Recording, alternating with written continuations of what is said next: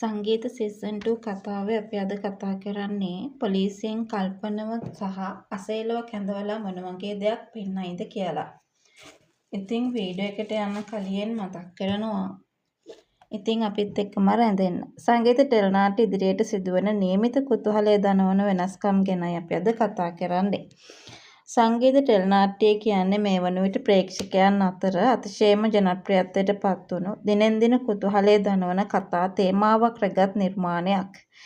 ඉතින් ඉදිරියට කතාවේ සිදුවීමට නියමිත විශේෂ පෙරළියක් පිළිබඳවයි මේ කතාබහ.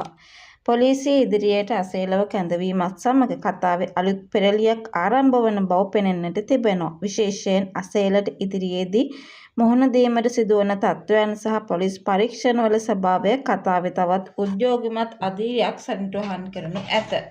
මෙහිදී වඩාත් විශේෂ කරුණක් වන්නේ කල්පනව සහ අසේලව එකම අවස්ථාවක පොලිසියට ගෙන්වා නයනගේ CCTV දර්ශන පෙන්වීමයි. ඒ වගේම කල්පනත් එක්ක පහුගිය කාලේ ඔහු හිටියා කියන එක ගැන ඇත්තටම පොලිසියට තොරතුරු හොයාගන්න ලැබිලා තියෙනවා කියන කතාව ගැන අපි අද විශේෂයෙන් ඔයත් එක්ක කතා කරන්න මේ මොහොතේ මතක් කරන්නට සූදානම්කමක් තියාගෙන ඉන්නවමයි කියන එකයි මම මේ වෙලාවේ අදහස් කරන්නට සූදානමක් තියාගෙන ඉන්නේ.